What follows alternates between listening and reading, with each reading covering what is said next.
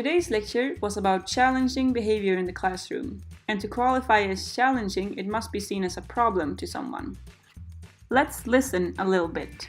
That means in my work, I find people. I was taught to staff with things like Plato, and I taught to staff with things like Aristotle. All the time I had these two thoughts together in every school. When I talk to parents and when I talk to teachers, and maybe on the third session, I can see people going in their head and they start thinking right. As you can see here, the lecture was also translated into French and Spanish.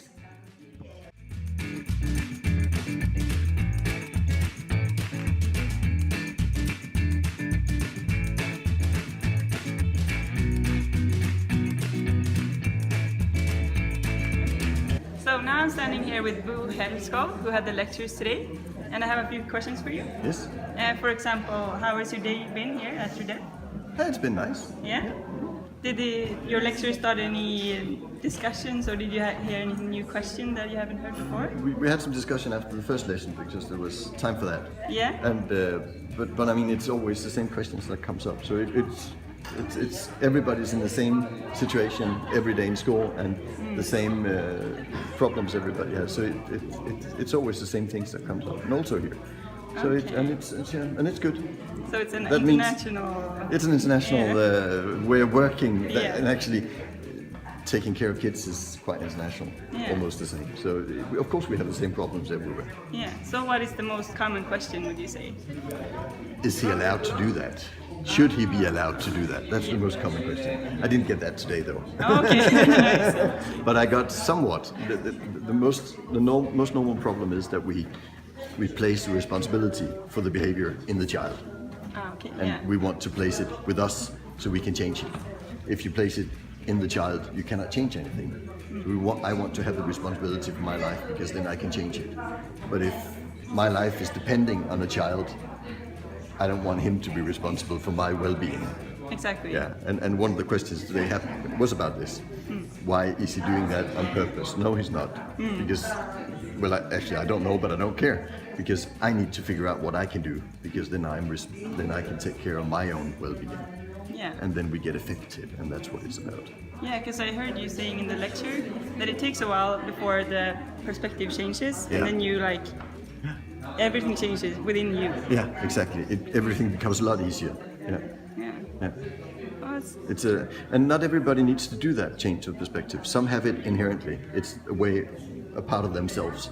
And some have a very difficult doing the change. Yeah. But I'd say 99% can do the change, and the last 1% doesn't belong in school.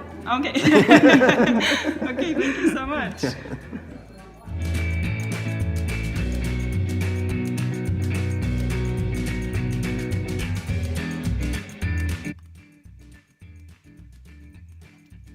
All right, let's take a look at tomorrow's schedule. Tomorrow is Tuesday, and from what I can see, it looks a lot like the schedule was today and yesterday.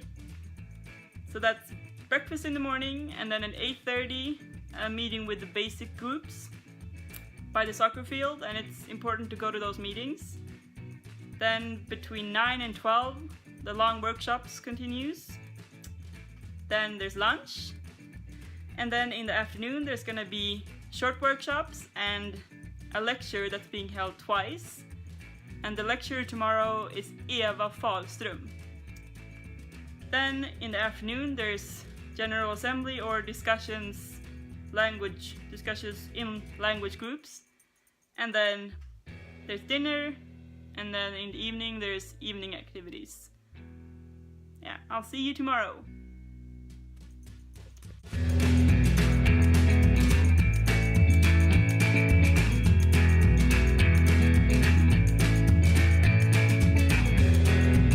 Remember to sign in the multicultural event list.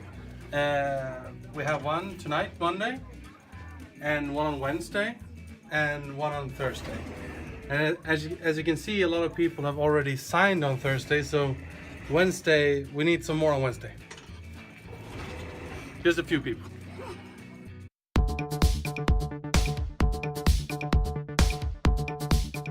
As usual, we asked you to send in pictures or comments about this year's Ridef. And here's what you said.